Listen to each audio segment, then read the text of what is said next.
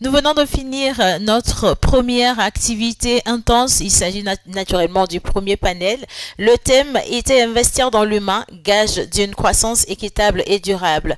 Et il a été retenu justement que cet investissement doit forcément passer par la formation, le respect des droits humains et la création des conditions de contribution au développement local. Nous allons poursuivre à présent le salon et je vous remercie encore d'être aussi nombreux connectés avec nous ici. Nous allons partir à présent pour un premier atelier. Le thème, c'est la fiscalité et croissance, enjeux et opportunités. Nous allons nous abandonner justement entre les mains d'un expert.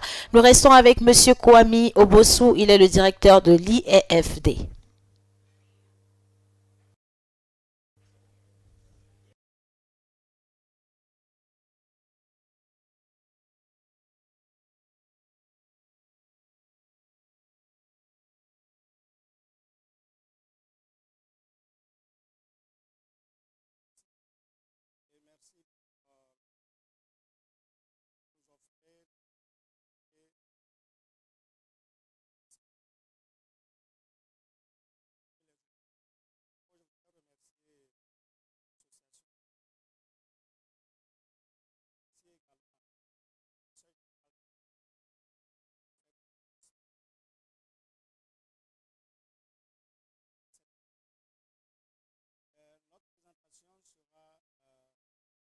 Sur deux points principaux.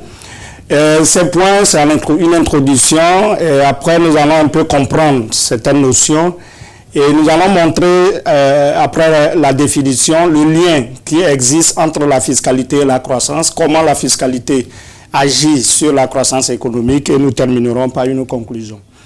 En introduction, il faut dire que le pays sous-développé en général, et le Togo aussi, y fait partie, sont confrontés à un certain nombre de problèmes ou de défis, dont l'accroissement des besoins nationaux. Et au jour le jour, avec l'accroissement démographique, les besoins ne cessent d'augmenter. Alors que la production nationale qui devait être réalisée pour satisfaire ces besoins parfois est en baisse. Ces pays également sont confrontés à la hausse de la pauvreté et du chômage. Il y a également les défis du financement des plans nationaux de développement. Au Togo, c'est le plan national de développement 2018-2022. Il y a également la baisse de l'aide publique au développement, puisqu'il faut financer. Ce qu'on constate, c'est que les dons, ce qu'on appelait les dons, l'aide publique au développement, aujourd'hui est en baisse. Et dernier constat également, c'est les engagements internationaux auxquels nos pays ont souscrit, surtout dans le cadre des objectifs du développement durable. Et donc, pour atteindre tous ces objectifs que nous venons d'énumérer, la fiscalité demeure un instrument privilégié à la disposition de l'État afin de pouvoir apporter une solution adéquate aux préoccupations que nous avions soulevées précédemment. Mais le vrai problème, c'est de rechercher le bon équilibre ou la dose de la fiscalité qu'il faut utiliser pour que les objectifs de croissance puissent être atteints et par la croissance, le développement économique tant souhaité. Il faut dire que la fiscalité a des avantages ou permet à l'État ou au gouvernement en général d'avoir les moyens ou les fonds nécessaires pour financer les infrastructures de base qui sont nécessaires à la croissance économique. Ces infrastructures de base, ça peut être les routes, ça peut être l'électricité, ça peut être l'eau, l'Internet aujourd'hui, puisque nous sommes à l'ère du numérique. Toutes ces infrastructures ont besoin de moyens et la fiscalité permet à l'État de les avoir pour atteindre ses objectifs. La fiscalité permet également au gouvernement ou à l'État de créer l'environnement favorable dans lequel vont se dérouler les activités économiques ou la création de richesses de manière générale. Et la fiscalité permet également de définir comment les services publics pourront être mis en œuvre de manière optimale. Donc, vous comprenez que la fiscalité joue un rôle central pour la mobilisation des ressources intérieures. Avant de poursuivre, nous devons comprendre d'abord ce que c'est que fiscalité. Mais pour aller à la fiscalité, nous devons d'abord comprendre la notion de l'impôt. Sans rentrer dans les théories économiques et dans les débats, on va aller tout simple pour dire qu'un impôt, c'est un versement obligatoire sans contrepartie directe. Le mot direct est très important. Destiné aux administrations publiques. Et pourquoi? Parce qu'aucun privé ne peut lever un impôt dans un pays. C'est une entité publique, l'État ou ses démembrements qui peuvent lever de l'impôt. Et donc, c'est le législateur seul qui peut créer un impôt et lui donner le nom qu'il veut. Vous voyez, au Togo, il y a des taxes qui existent au Togo, qui n'existent pas au Bénin, qui n'existent pas au Niger. C'est le législateur national qui dit, aujourd'hui, je vais créer, par exemple, la taxe sur les véhicules à moteur et je vais l'appeler comme ça. Et voici les conditions qui doivent régir cet impôt-là. Et donc, c'est pour dire qu'aucune entité privée ou un individu ne peut lever un impôt dans un pays, parce que, en tout cas, nous le savons. Et en ce qui concerne la fiscalité, elle est l'ensemble des pratiques ou des règles qui régissent la perception de l'impôt ou la mobilisation de l'impôt. On a défini l'impôt, mais comment faire pour qu'on puisse recouvrer le montant qu'on a prévu de cet impôt? L'ensemble des règles ou des dispositifs mis en place pour pouvoir prélever cet impôt dans un pays est ce que nous appelons fiscalité. Donc ça peut être la législation, ça peut être les procédures et tout ce qui va avec pour qu'on puisse collecter de manière optimale l'impôt qu'on a eu à créer. Et donc, qui parle de fiscalité, comme je l'ai dit depuis le début, ça veut dire que l'État intervient. C'est-à-dire nous avons l'État qui est au centre de la fiscalité dans un pays. Et vous comprenez que l'intervention de l'État est de mise en matière de fiscalité. C'est pour un peu faire la différence avec les théories économiques qui disaient que non, l'État ne doit pas intervenir dans la sphère économique, l'État doit rester à l'écart, l'État doit se consacrer uniquement à ses fonctions régaliennes, assurer l'ordre, la sécurité, tout ce qui va avec. Mais avec la crise de 1929, pour ceux qui sont encore des économistes, cette crise a montré les limites de la théorie que nous appelons la théorie classique ou la théorie libérale. Et donc aujourd'hui, l'intervention de l'État est de mise et l'État utilise la fiscalité pour pouvoir intervenir dans l'économie et atteindre les objectifs. Autre notion que nous voulons aussi évoquer, c'est la notion de croissance économique. Puisque le thème, c'est la fiscalité, nous venons de définir la fiscalité comme l'ensemble des règles qui régissent la mobilisation des recettes dans un pays. La croissance économique, par contre, c'est l'augmentation sur une longue période du produit intérieur brut, s'il faut le dire ainsi. Et donc, elle est mesurée par le PIB en termes réels. Et donc, lorsque le PIB d'un pays augmente d'une année à une autre et sur une période relativement longue, alors on peut dire qu'on est en phase d'une croissance économique. Mais comment on mesure cette croissance économique? C'est juste la variation en pourcentage du PIB qui est utilisée pour mesurer cette évolution graduelle et soutenue du PIB. Il faut dire très simplement, sans entrer dans les débats, que la croissance économique a des avantages, mais aussi a des inconvénients. Les avantages, c'est l'augmentation de la production, c'est la création d'emplois, c'est la réduction de la pauvreté, c'est l'augmentation du niveau de vie de la population, etc., etc. Mais aussi des effets pervers. Cette croissance peut entraîner, par exemple, la destruction de la pollution ou la destruction de l'environnement, parce que pour produire, il faut aussi parfois porter entorse à l'environnement. S'il faut construire une route, ça veut dire qu'il faut déraciner des arbres. S'il faut extraire des minerais, ça veut dire qu'il faut également, ça entraîne parfois des chocs. Et donc, ça, c'est des effets pervers. Ça peut aussi entraîner des inégalités. Lorsque cette croissance n'est pas bien répartie, on peut avoir dans la société des gens qui tirent la part du lion, donc qui sont relativement aisés, et d'autres qui ne le sont pas, ce que nous appelons l'inégalité. Et donc, autant d'effets pervers sur lesquels nous n'allons pas nous appesantir fondamentalement dans ce débat. Mais quel est le lien aujourd'hui entre la fiscalité et la croissance? Bref, la fiscalité agit sur la croissance à travers deux canaux principaux. Il y a le côté de l'offre. L'offre, c'est la production, c'est l'augmentation ou la production des biens et services. Et donc, la fiscalité, pour relancer cette production, généralement, on utilise les mesures d'incitation ou bien les mesures incitatives. C'est-à-dire, soit on baisse un peu d'impôts pour motiver les gens à investir, les gens à créer de l'emploi. C'est par ce mécanisme-là que la fiscalité agit sur la croissance du côté de l'offre.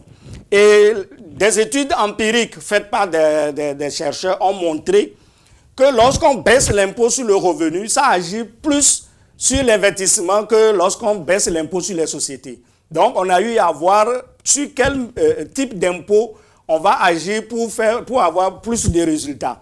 Et donc, Martin et Rauch ont montré en 2013 que l'effet sur l'investissement est 2 fois plus important si on agit sur l'impôt sur le revenu que sur l'impôt sur les sociétés. L'impôt sur le revenu, c'est lié à l'impôt sur le revenu des personnes physiques et autres catégories de revenus. Mais l'impôt sur les sociétés, c'est ce qui est payé sur le résultat fiscal d'une société. Et on se dit que si on agit beaucoup plus sur le revenu, ça donnerait beaucoup plus d'effet sur la production de manière générale dans l'économie. Deuxième canal sur lequel la fiscalité agit sur la croissance, c'est le côté de la demande. Et donc, quand nous parlons de la demande, nous parlons de la consommation des biens et services, nous parlons de l'investissement en biens et services, nous parlons également des exportations de biens et services. Et donc, du côté de la demande, la fiscalité, en agissant sur la baisse de revenus, permet de booster la consommation et donc de relancer la croissance économique. Pour les collègues qui sont économistes, nous utilisons le vocabulaire du multiplicateur fiscal ou autre multiplicateur. Et là-bas aussi, des recherches ont montré pour certains pays que lorsqu'on baisse l'impôt d'un point du PIB, surtout en Grande-Bretagne, ça entraîne une augmentation du PIB de 2 à 3% au bout de 3 ans, selon l'étude de Clone. Autre, c'est la baisse de la TVA. La TVA, c'est la taxe sur la valeur ajoutée. Au Togo, sur chaque bien et service que nous achetons, nous payons 18% comme TVA sur ce bien et service. Et donc, les recherches ont montré pour les 14 pays de l'OCDE en 2016 qu'une baisse d'un point de TVA dans ces pays-là a conduit à une hausse de 3,7% du PIB au bout d'un an seulement. Vous comprenez l'effet de relance de la croissance économique par la demande. Et donc, tout cela, c'est pour dire que lorsque l'État veut utiliser la fiscalité pour agir sur la croissance, l'État peut passer par des mesures incitatives, donc abaissant les impôts pour permettre aux investisseurs d'avoir des conditions meilleures pour pouvoir les encourager. Ou l'État peut passer par la demande et donc sur la consommation, sur l'investissement et autres. Et sur les impôts sur la consommation, fondamentalement, nous avons la taxe sur la valeur ajoutée et puis nous avons les droits d'assises. Les droits d'assises qui sont perçus sur certains produits, soit dont l'État veut protéger les consommateurs contre les effets négatifs ou parce que l'État sait que sa quantité varie faiblement lorsqu'on bouge le prix. Donc, on peut utiliser cela pour engranger relativement de recettes. Et donc, voici les 2 canaux principaux sur lesquels la fiscalité agit sur la croissance et par ricochet sur le développement économique. Mais les actions sur la fiscalité ne sont pas sans conséquence sur les acteurs. Lorsqu'on modifie un taux d'imposition, surtout à la hausse, ça a des incidences sur les différents groupes d'individus dans la société. La charge fiscale que l'État a entraînée devrait être partagée entre les différents acteurs. Et les 2 principaux acteurs, c'est les consommateurs et l'autre, c'est les producteurs ou les vendeurs. Et donc, l'incidence économique de chaque type d'impôt est à minimiser. L'objectif, c'est de minimiser cette incidence. Il ne faut pas que d'autres, ou bien que l'effet de la taxe décourage ou agisse beaucoup plus sur certains groupes de consommateurs. Mais ce que la théorie économique a montré, c'est que cette action sur les différents acteurs se répartit. Les acteurs se répartissent la charge. Le producteur va prendre une partie et le consommateur va prendre une partie. Mais qui prend plus ou bien qui va payer plus en cas d'augmentation, par exemple? La théorie économique a montré que ceux qui payent plus la taxe, surtout en cas d'augmentation, c'est ceux-là dont leur demande varie faiblement par rapport au prix. C'est-à-dire, lorsqu'on augmente le prix de 1%, la quantité varie moins que 1%. Et là, on parle en économie d'une demande inélastique. Mais là n'est pas le problème. Ce qui est beaucoup plus préconisé pour un pays, c'est que lorsque nous voulons surtout agir sur les biens de consommation, il est plus préconisé de baisser l'impôt, mais de l'élargir sur un ensemble de biens et services que de vouloir augmenter l'impôt qui ne touche que certaines catégories de biens. C'est-à-dire, si nous voulons par exemple imposer la TVA, il faut que la TVA soit réduite, mais qui touche le maximum de biens de consommation, que de vouloir augmenter la TVA, mais qui ne porte que sur certaines catégories de biens. Quand c'est comme ça, on ne rentabilise pas et on n'a pas le gain qu'il faut. Et donc, c'est ce qui est généralement recommandé dans la théorie économique pour que l'incident ou l'effet de la variation de l'impôt n'agit pas trop et ne dissuade pas également les consommateurs ou les acteurs. Et ici, nous allons montrer par quel mécanisme certaines illustrations de l'utilisation de l'impôt par l'État pour atteindre certains objectifs. Et donc, l'État utilise la fiscalité pour relancer l'activité économique, je viens de le dire, à travers les mesures incitatives de baisse d'impôts, soit sur le revenu, sur les sociétés ou autres. Et quand nous regardons dans nos tests nationaux, c'est-à-dire le Code général des impôts, quand nous regardons le Code des investissements, celui de 2019, quand nous regardons la loi sur la zone franche et certaines conventions, c'est des mesures incitatives qui sont contenues dans ces documents-là. L'objectif, c'est de relancer l'activité économique. Donc, c'est pour dire qu'on utilise la fiscalité pour relancer l'activité économique. On utilise également la fiscalité pour gérer ou contrôler la démographie, donc les naissances ou l'accroissement démographique d'un pays. Lorsqu'on veut que les gens, entre guillemets, donnent plus d'enfants, on aura des actions sur le revenu des gens qui ont beaucoup plus d'enfants, etc. Pour que leur revenu disponible soit relativement plus important, pour qu'ils puissent être à même de pouvoir satisfaire les besoins de leur ménage. Et quand nous voyons nos législations, il y a des abattements, c'est-à-dire des réductions du revenu pour les gens qui sont à charge. Également, dans certains domaines, il y a des impositions séparées, la notion de foyer fiscal, la notion d'imposition séparée ou commune dans certaines législations. C'est des canaux par lesquels l'État utilise pour booster ou décourager les ménages à procréer. La fiscalité est également utilisée comme un instrument de redistribution de la richesse. La richesse, c'est le PIB, c'est la production nationale. Mais pour que cette richesse puisse être mieux répartie entre les acteurs, on peut utiliser la fiscalité. Et dans notre législation, lorsque nous parlons de l'impôt sur le revenu, nous tous ne payons pas le même montant d'impôt. Nous appelons cela le paiement à taux progressif. C'est-à-dire plus votre revenu augmente, plus vous payez plus d'impôts. Ça, c'est ce que nous appelons l'équité verticale. Par contre, les gens qui ont le même niveau de revenu imposable doivent aussi payer le même niveau d'impôt. Ça, c'est ce que nous appelons l'équité horizontale. Il n'est pas normal qu'on ait le même revenu imposable, que moi je paie plus, 2 fois plus ou 3 fois plus que quelqu'un d'autre. Et donc, tout cela, c'est pour redistribuer, c'est pour éviter les questions d'inégalité. Il y a également la sécurité sociale, les cotisations pour la sécurité sociale ou bien les allocations.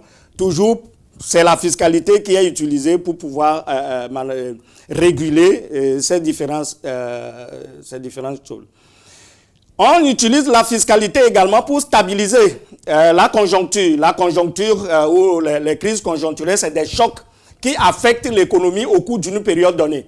Cette année, par exemple, c'est la COVID-19 qui est un choc qui est venu perturber le cours normal des activités économiques. Et face à une crise conjoncturelle, la fiscalité est également utilisée pour pouvoir apporter une solution tant soit peu pour amoindrir les chocs sur les différents acteurs. Et nous avons vu avec la COVID-19, le chef de l'État, par exemple, qui a, dans son discours, a pris des mesures aussi bien fiscales que surtout fiscales pour pouvoir réguler ou permettre aux entreprises de juguler la crise.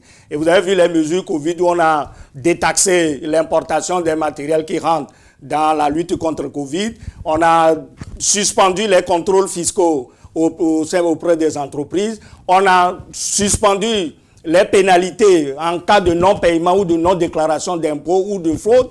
Voilà autant de mesures que le gouvernement a pris. On a diminué certains types d'impositions. Si je prends la taxe foncière, au lieu de 5%, aujourd'hui c'est 1,5%, autant de trucs.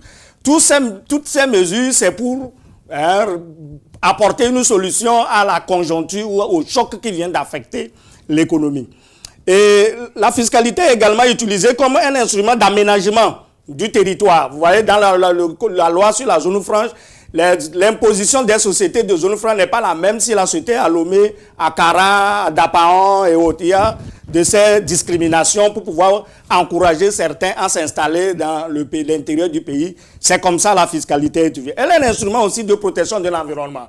Lorsque l'État veut protéger la société ou décourager des entreprises qui polluent, on peut utiliser des taxes que nous appelons les taxes pour décourager la pollution. Et donc aussi, la découverte, l'innovation technologique, la fiscalité est utilisée également. Voici des exemples où on peut exonérer certaines activités d'énergie renouvelable, etc., où ceux qui sont dans le numérique peuvent bénéficier de certains acteurs. Voici des effets illustratifs de comment l'État utilise la fiscalité pour pouvoir atteindre ses objectifs. Un des aspects de la fiscalité, c'est le tarif. Le tarif, c'est les taux des droits de douane qui frappent l'importation des biens et des services dans un pays. Le tarif, normalement, n'est pas là pour, ou bien, entre guillemets, la douane n'est pas là normalement pour mobiliser des recettes. Le tarif est un instrument de protection de l'économie, protection des industries naissantes, et surtout à court terme, pas à long terme. On ne peut pas protéger les industries indéfiniment. Et donc, pour une meilleure utilisation du tarif, il faut qu'il y ait de la neutralité. Il y a certains principes qui régissent afin que le tarif puisse jouer pleinement son rôle de protection de l'économie. Ça veut dire que le tarif doit être neutre, ça ne doit pas discriminer les biens, ça doit être simple à comprendre et donc ça doit être basé sur des nomenclatures, des trucs à l'échelle internationale. Ça doit être transparent, c'est-à-dire que sa lecture doit être très simple et compréhensible pour les gens. Et ça doit aussi être crédible, c'est-à-dire ça ne doit pas varier. Lorsque vous imposez aujourd'hui, demain ça change, le lendemain ça change, vous donnez de mauvais signaux aux acteurs. Et donc, voici des principes sur lesquels les tarifs doivent respecter pour qu'ils puissent apporter le meilleur d'eux-mêmes.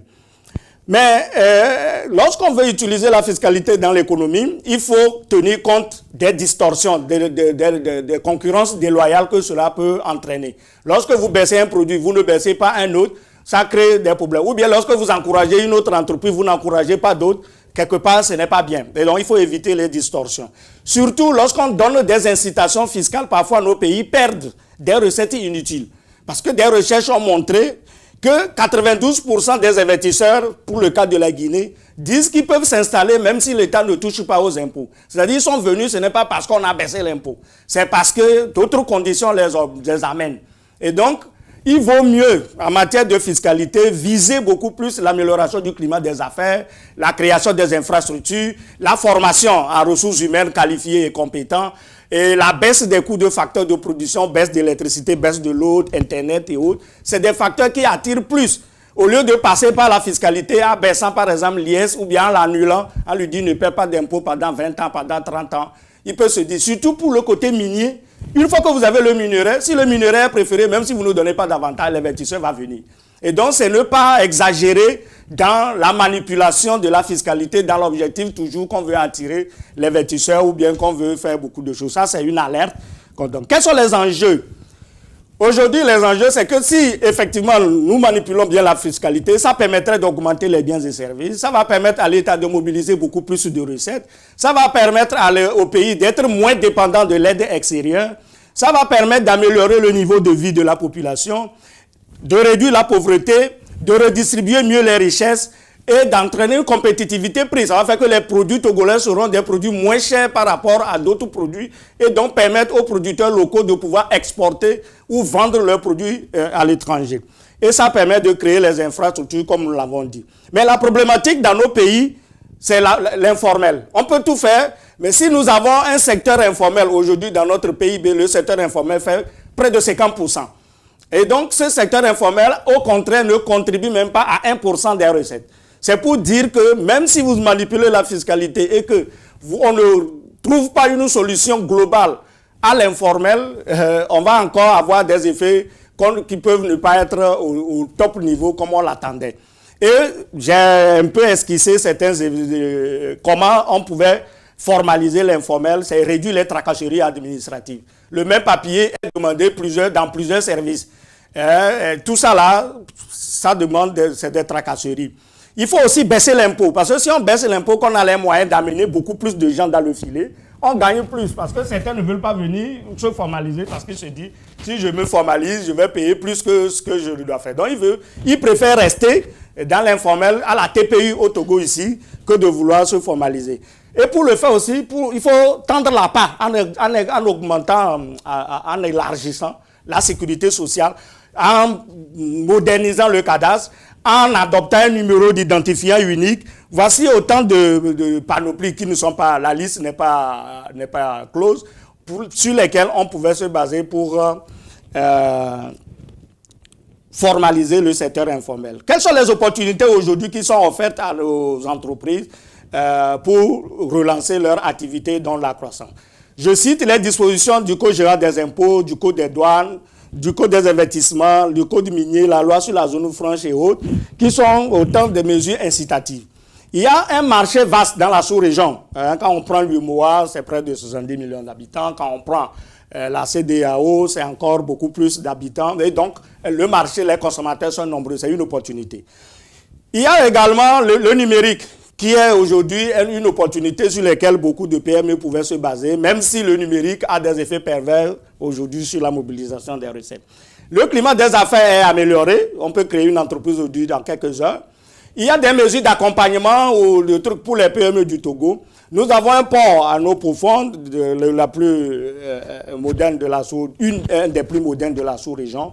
Un potentiel touristique important. Et donc, voici des opportunités qui sont là et que nous pouvons utiliser. Un des facteurs très importants pour la croissance économique, c'est la stabilité politique. C'est-à-dire qu'il ne faut pas qu'il y ait du bruit. S'il y a trop de bruit, ça décourage l'investissement. Heureusement qu'au Togo, on a au moins ce calme qui permet de booster. J'ai cité quelques avantages également du Code pour les opérateurs économiques en rappel. Sinon, je donnerai le site de l'Office où on peut télécharger le Code général des impôts et même le guide fiscal qui résume les dispositions du Code des impôts où on trouvera les mesures d'accompagnement au Bénin que dans les 15 pays de la CEDEAO et donc c'est déjà un pas. Et nous avons également des mesures de facilitation qui répondent aux normes internationales qu'on a mis en place. Par exemple, le cadre de partenariat privilégié où des gens peuvent souscrire et bénéficier de certains avantages, surtout contrôle en entreprise ou autre.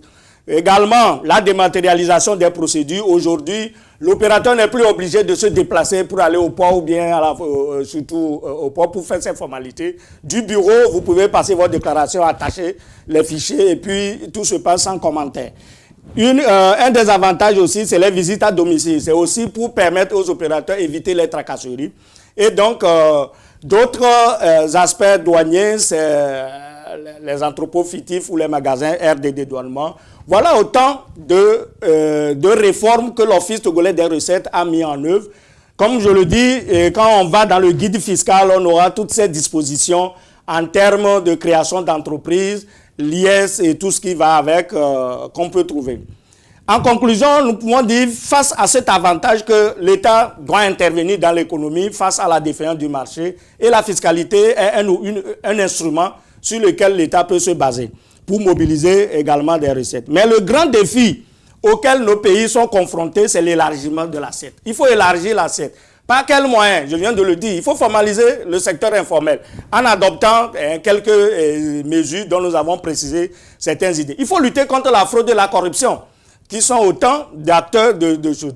Un des défis aussi, c'est l'amélioration des services aux contribuables. Il faut que le contribuable ait la facilité de pouvoir d'abord comprendre les tests et même faciliter les procédures de déclaration et de paiement d'impôts. Heureusement, l'Office togolais est dans cette dynamique. Aujourd'hui, vous télédéclarez, vous pouvez payer dans les banques, payer par les terminaux mobiles, etc. Il faut aussi renforcer la législation contre ce que nous appelons l'optimisation fiscale agressive, ce qu'on appelle entre guillemets les prix de transfert, où les gens profitent des failles de nos administrations pour échapper aux impôts. Et face à tout ça, il faut moderniser les administrations, il faut promouvoir le suivi fiscal, il faut améliorer les services aux contribuables et aussi coopérer sur le plan international. Il y a des mesures fiscales où le Togo seul ne peut pas faire face. Et donc, il faut travailler dans un cadre beaucoup plus international pour pouvoir apporter des réponses. Comme je le disais, j'ai donné un site, le site de l'OTR où on peut télécharger facilement le code général des impôts et le guide fiscal. On peut également télécharger le code de douane nationale, le TEC et tout ça pour avoir beaucoup plus d'effets. Et un numéro vert 8201 qui est le numéro où les opérateurs peuvent utiliser, appeler pour avoir des informations sur comment faire les procédures et tout ce qui va avec. J'ai également mis le site du CFE, le Centre de formalité des entreprises, où vous pouvez trouver des informations sur comment créer une entreprise et les conditions qui y régissent. Voici présenté brièvement ce thème fiscalité et croissance. J'ai laissé des détails également en annexe que l'association peut partager avec les acteurs du PME pour pouvoir tirer profit. Je vous remercie pour votre aimable attention et c'est avec honneur et fierté que je peux répondre à quelques préoccupations que les uns et les autres pouvons soulever. Merci beaucoup.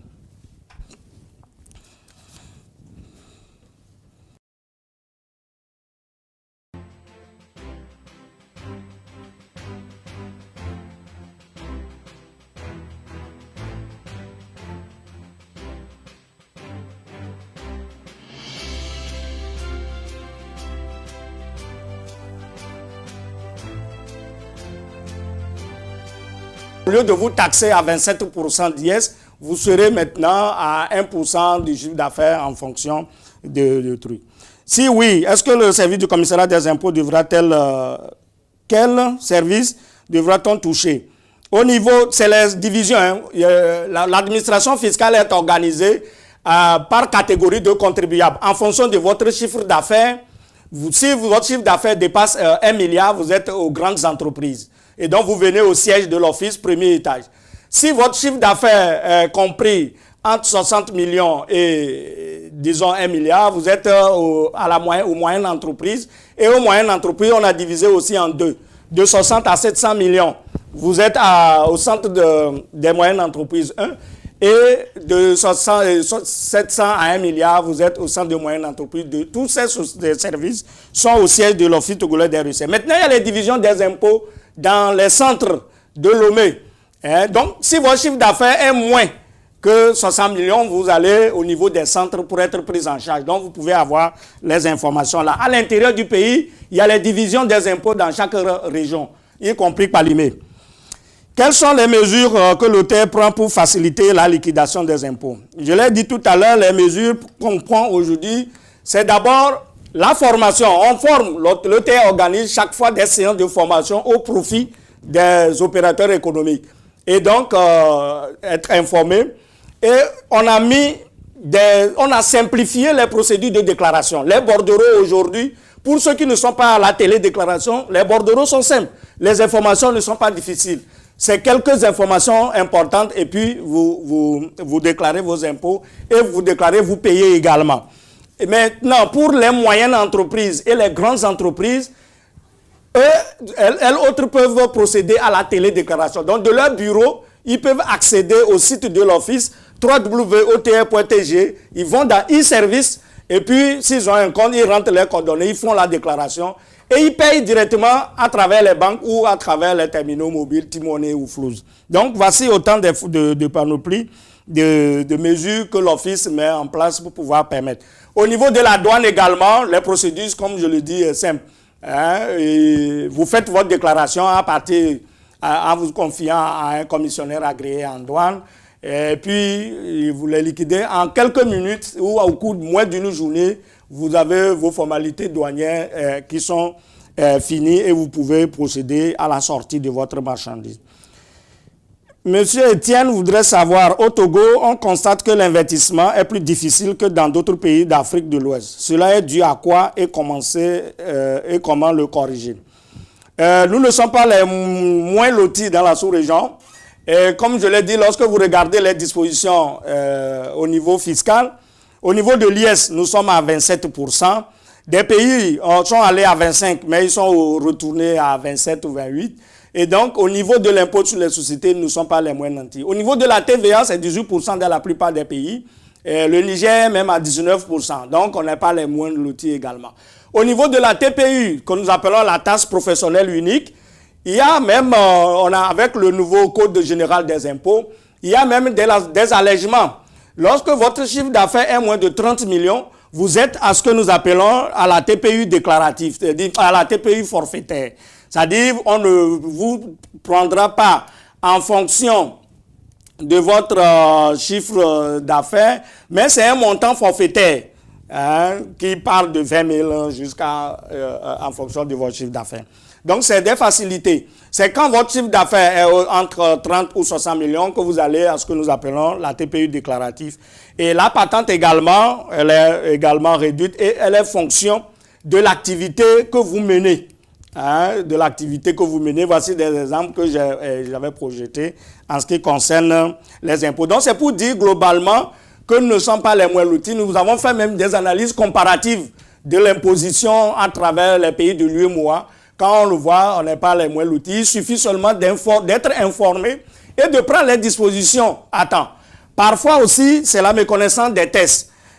Supposons un jeune qui veut créer son entreprise et puis il va au CFE et puis il remplit réel avec TVA. Sur sa carte d'opérateur économique, il a choisi réel avec TVA. Parce que peut-être il compte vendre des marchandises au niveau des ministères. Or, le gouvernement exige que tous ceux qui doivent interagir avec le gouvernement en termes de biens et services doivent être au réel avec TVA. Cette notion de réel avec TVA veut dire que chaque 15 du mois, vous devez venir déclarer votre chiffre d'affaires et déclarer la TVA du mois précédent. Ne pas le faire, ça veut dire qu'il y a une pénalité. Et donc, il faut comprendre, est-ce que vraiment c'est nécessaire pour vous d'être au réel avec TVA? Si oui, vous devez seulement, même si vous n'avez rien fait, venir remplir 0 francs CFA et vous déposer. Et là, vous êtes épargné. Mais être au réel avec TVA, par exemple, et ne pas se présenter chaque 15 du mois pour faire cette déclaration, et le jour où on a besoin d'un quitus fiscal, c'est le jour-là, on vous dit, ah monsieur, vous devez à l'impôt, et les gens pensent que l'OTR n'est pas gentil ou bien l'OTR exagère.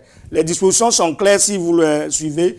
Je pense que le travail est moins. Et on peut aussi ne pas attendre à la fin pour payer tout. Vous pouvez même passer, vous payez, disons, petit à petit.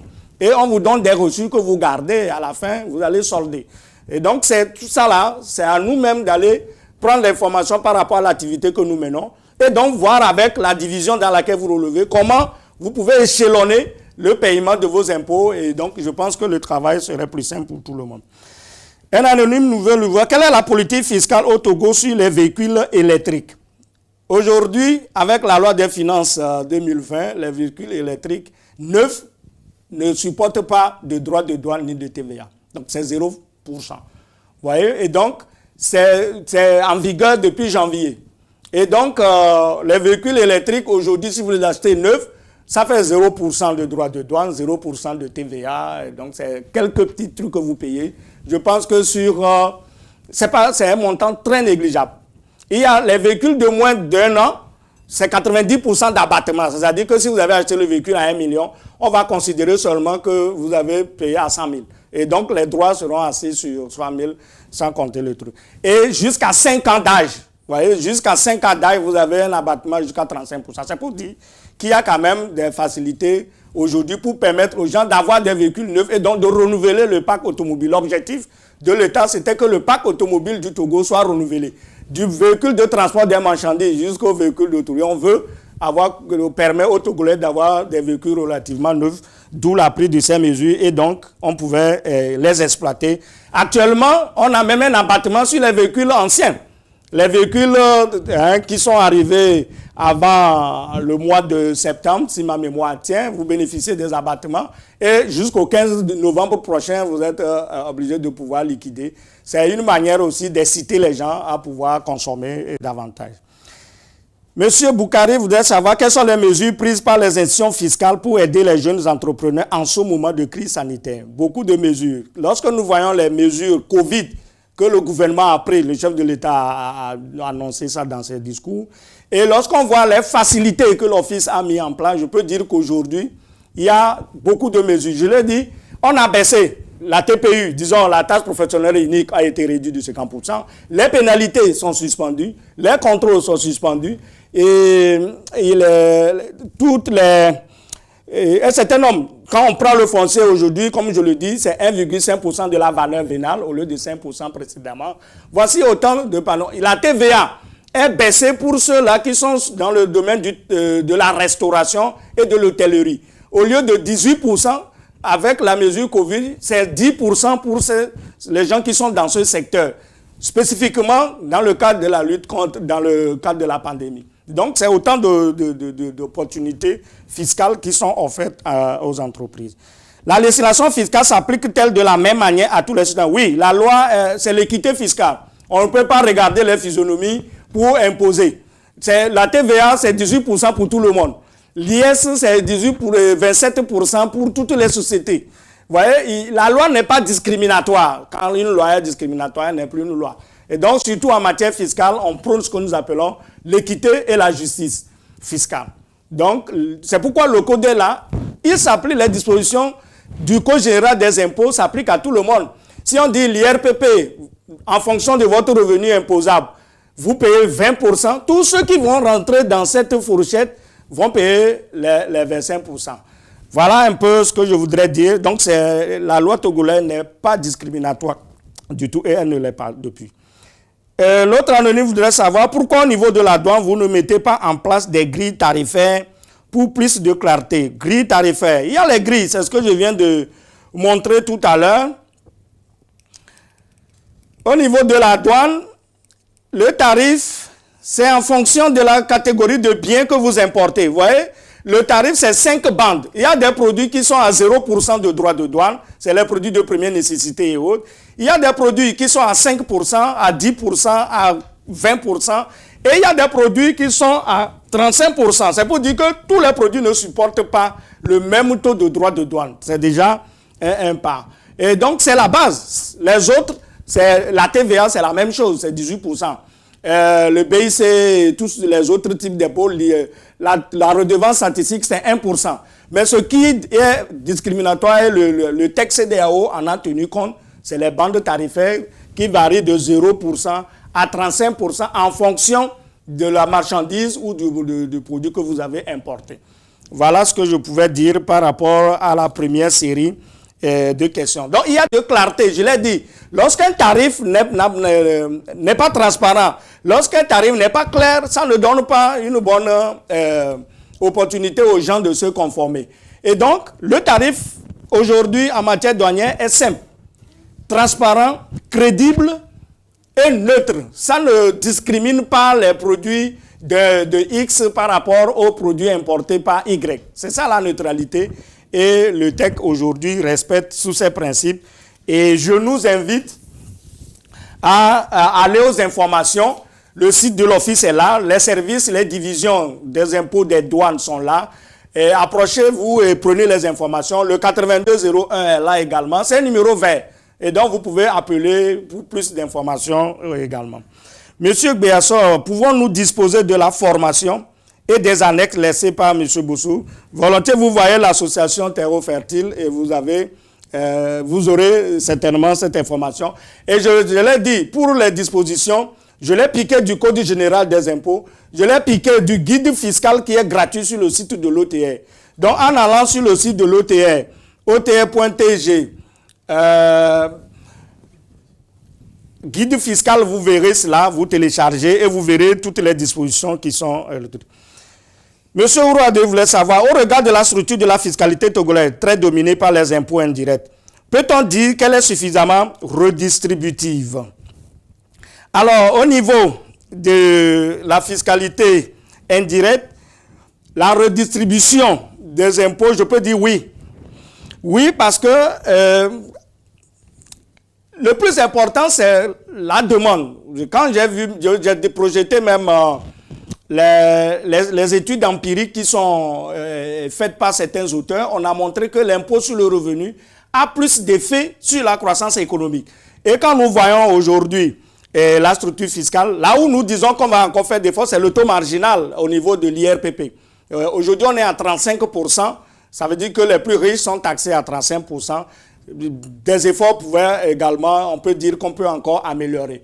Mais il faut avoir les informations, il faut formaliser Parce que, au risque d'éviter des pertes, c'est pourquoi j'ai dit qu'il faut qu'il y ait une stratégie globale, l'identifiant unique, l'extension de la sécurité sociale avec des conditions pour en bénéficier, permettrait à l'État aujourd'hui d'améliorer encore davantage le caractère redistributif de l'impôt. Sinon, on peut encore, on se dit, en matière économie, moi je suis économiste, et je réfléchis tout haut, on peut parfaire. On peut parfaire, je l'ai dit, on peut baisser les impôts sur une assiette plus large, on peut baisser les revenus sur une catégorie d'individus plus large que de pouvoir maintenir des taux relativement élevés pour une poignée ou une catégorie plus faible. Quels mécanismes fiscaux structurels l'État togolais doit développer pour relancer l'économie à dominance informelle après Covid? Mécanismes fiscaux, je l'ai dit, pour aller de l'avant et ou améliorer davantage l'aspect fiscalité et croissance, on peut réfléchir dans la mesure du possible à la baisse de certains types d'impôts. Ça va encore motiver certaines catégories de contribuables à se formaliser. Et donc, aujourd'hui, les mécanismes structurels, l'outil est déjà là, mais c'est travailler encore beaucoup plus pour un accompagnement des PME, PMI. Ouais, il y a des mesures Covid qui sont prises, mais on se dit que c'est des mesures Covid. C'est-à-dire quand Covid va passer, on va revenir au droit commun. C'est-à-dire on va revenir à ce qui se faisait avant. Mais ça ne veut pas dire que le gouvernement n'a pas de panoplie ou d'autres mesures à prendre. En matière fiscale, les réformes sont toujours possibles et pourvu que ça s'adapte à la structure de l'économie. Ce n'est pas parce que X a adopté ça dans son pays que Y va le dupliquer chez lui. Les réalités ne sont pas les mêmes et nous pensons sérieusement que l'État y pense pour pouvoir améliorer le cadre et permettre aux entreprises de relancer leur activité après Covid. D'ailleurs, c'est la notion de résilience. Il faut que nous permettions à notre économie de pouvoir rebondir après le choc. Parce que nos économies ont été affectées par Covid. Et donc, si Covid passe, comment nous préparons l'économie pour qu'elle puisse rebondir et même dépasser le seuil d'avant? C'est à travers la poursuite des réformes. Et un des aspects aussi, c'est l'infrastructure. Il faut qu'on crée les infrastructures. L'électricité, le téléphone, tout ça, l'Internet, c'est des mesures qui doivent également être prises. Si on coupe le courant à chaque instant, par exemple, s'il n'y a pas de trucs, voilà des aspects qui peuvent encore compromettre que la croissance puisse être au rendez-vous. Et nous sommes persuadés que beaucoup d'efforts, la politique générale du gouvernement la dernière fois a cité des axes sur lesquels le gouvernement compte travailler et nous espérons que la fiscalité ne serait pas du reste. Une entreprise en faillite pourrait-elle bénéficier des mesures de réduction de l'impôt auprès de l'OTR? Comme je l'ai dit, lorsque vous êtes en faillite, ça veut dire que votre résultat fiscal est négatif. Vous ne payez pas les 27% d'impôts sur les sociétés, mais vous payez ce que nous appelons le minimum de perception, qui est de 1% du chiffre d'affaires. Donc, toutes ces dispositions sont déjà prises en compte dans le Code général des impôts. Et je voudrais rappeler, l'Office togolais des recettes, toute autre administration fiscale n'applique que la réglementation fiscale en vigueur. L'Office togolais des recettes n'est pas responsable de la politique fiscale. La politique fiscale relève du ministère de l'économie et des finances. Et donc, si les lois sont votées, disons, un impôt est voté par l'Assemblée nationale, qu'à partir de maintenant, tel type d'impôt ou bien tel taux d'impôt devient tel montant, l'Office ne peut que se conformer. Et donc, l'Office n'a pas le pouvoir de dire, moi, je vais prendre 10% alors que la loi lui dit d'aller prendre 18%. L'Office n'a pas le pouvoir de créer un impôt tant que la loi ne l'avait pas créé. Je l'ai dit déjà au départ, on est là juste pour s'assurer des meilleurs moyens de recouvrement et de collecte de cet impôt et taxe au profit du budget de l'État, aussi bien du budget des collectivités locales. Je pense avoir véritablement épongé la série de questions. Et ce que je me l'ai dit, pour nos pays, c'est véritablement travailler davantage. Le problème, je l'ai dit, le grand défi, c'est parce que l'informel, on a beaucoup de secteurs qui sont importants, qui participent au PIB, mais au niveau des recettes, ces secteurs ne sont pas imposés. L'agriculture vivrière, l'élevage, la pêche, aujourd'hui, représentent une part non négligeable du PIB. Quand vous voyez la valeur ajoutée de l'agriculture dans le PIB, c'est pas moins de 30, c'est autour de 30%. Mais quand vous voyez la part de l'agriculture dans le PIB, c'est presque, dans les recettes, c'est presque nul. Ça, c'est une problématique. L'informel, je l'ai dit, ça fait 50% du PIB togolais. Mais les impôts payés par l'informel n'atteignent même pas 1% des recettes. Voilà un peu là où les efforts doivent être déployés pour qu'on puisse amener tout le monde à contribuer. Si tout le monde contribue petit à petit, et si nous sommes nombreux, ça donne plus d'effet que de laisser certains seulement contribuer. Et c'est ça qui fait que parfois, on attend les grandes entreprises qui disent que bon, c'est comme la pression est beaucoup plus mise sur elles. Avec les réformes du gouvernement dans le cadre du PND, on veut lancer par exemple l'identification avec la biométrie. Voici des axes, je l'ai cité dans mes propositions. C'est des axes d'attribuer un numéro unique à tous les individus et donc de pouvoir suivre, permettre de recouper ou de suivre l'activité de chacun à des fins fiscales. Il y a les réformes du cadastre. Aujourd'hui, à moins la loi dit qu'au plus un an, on doit avoir son titre foncier. Il y a beaucoup plus de la sécurisation foncière qui est en vue. Voilà autant de facteurs qui puissent permettre aussi au secteur informel de pouvoir véritablement se formaliser. Il y a aussi beaucoup d'actions. Et donc, il nous appartient, en tant qu'acteurs économiques, de pouvoir s'informer, de pouvoir voir ce qui correspond à nous et de s'insérer. Et aussi se former.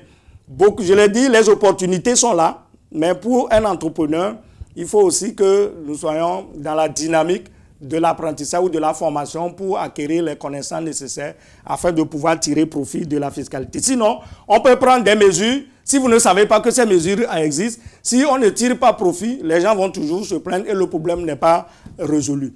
Donc, je nous invite à l'information, à la formation et à l'exploitation des opportunités et des signaux qui sont envoyés par le gouvernement à travers la fiscalité. Voici un peu résumé les quelques conseils qu'ensemble nous pouvons exploiter. Je nous invite également à nous rapprocher des services de l'OTR et à travers les divisions des impôts et douanes, à travers les numéros verts pour avoir le maximum d'informations et tirer profit des mesures prises par le gouvernement. Et pour les entrepreneurs togolais, je nous invite aussi à maîtriser parfois la langue anglaise. Vous voyez, on est entre deux géants anglophones et le Ghana à côté, le Nigeria de l'autre. On pouvait tirer profit par certaines activités parce qu'ils ont des marchés aussi non négligeables, mais la langue est une barrière. Aujourd'hui, avec la loi sur les opportunités et la croissance en Afrique, qu'on appelle AGOA, c'est des opportunités que le gouvernement américain offre, mais qui peut échanger avec un Américain si tu n'as pas la langue. Donc, autant d'aptitudes que nous devons aussi avoir, et surtout la culture entrepreneuriale. La culture entrepreneuriale est importante. Il y en a qui ont commencé très bien, mais par manque de culture entrepreneuriale, leur entreprise n'a pas été viable. Et donc, il faut qu'on acquiert les compétences, plus d'humilité, beaucoup plus de formation, beaucoup plus d'amélioration, beaucoup plus d'innovation. Sinon, lorsqu'on est un peu égoïste pour dire, bon, moi je suis déjà riche, je roule déjà avec ma voiture, alors que tu utilises l'argent de l'entreprise à autre fin, à un moment donné, vous ne pouvez pas continuer par rouler.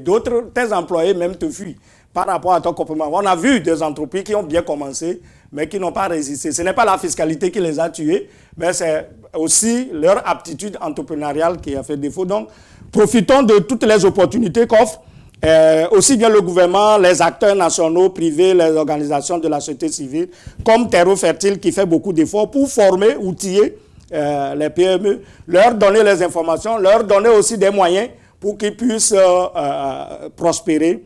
Et je suis persuadé qu'avec l'effort quotidien, tout ira pour le mieux pour nous tous. La croissance de nos pays en dépend, mais la croissance, c'est nous individuellement qui devons contribuer. La fiscalité est un pan, mais elle n'est pas tout. C'est ce que je viens de le dire. La fiscalité est un pan, mais elle n'est pas la seule opportunité qui puisse permettre de booster véritablement son entreprise. Et voilà un peu résumé tout ce que je pouvais dire sur cette thématique. Il n'y a plus de questions. C'est bon. D'accord. Et donc, encore une fois, merci à Terreau Fertile. Félicitations pour les efforts quotidiens qui sont faits. Merci aux autorités de l'Office togolais des recettes qui nous font confiance de pouvoir apporter une lumière sur cette problématique de fiscalité et développement. Nous pensons avoir un peu apporté des éclaircissements. Toute offre humaine est imparfaite et j'espère, ou nous espérons vous accueillir dans nos locaux pour plus d'informations, pour plus d'action. À une prochaine occasion. Merci.